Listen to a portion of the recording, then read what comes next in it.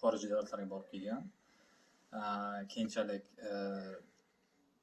2025-yilning aprel oyi boshlarida hindistonlik vrachlar tomonidan Toshkentda yurak lazer jarrohlik operatsiyasi amalga oshirildi.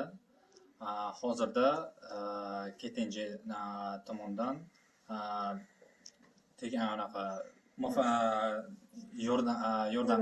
yordam berilyapti va biz oilamiz nomidan ulardan kattakon minnatdormiz. Hozirda ahvollari bir maromda, yaxshi ketyapti. Yanada bulanish kerakmi? Keyin dorilarga endi shifokor kerak emasmi? Faqat dorilar kerak. Dorilar kerak. Ko'rinib turish kerak-da.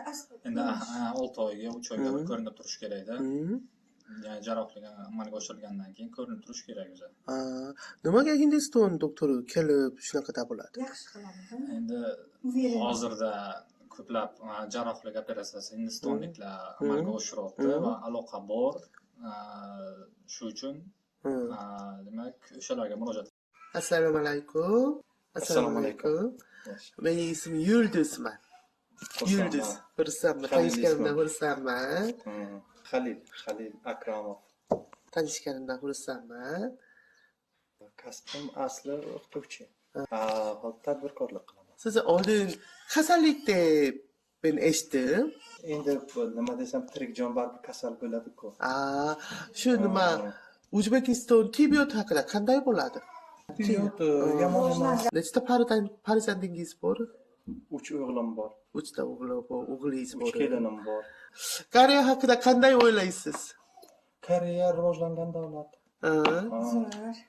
Ana nima desam, ishlab chiqarish korxonalari rivojlanishi, men endi televiziyadan ham ko'rganman, shu nimada ham ko'rganman. Yaxshi, tinmaydi xalqi. Mehnatsevar. Xitoy, Koreya bular tinmaydi. O'zbeklarga ozgina o'xshaysizlar. Mehnatni faqat mehnat qilasizlar. Mehnat qiladi, to'g'ri. Qum mehnat qiladi.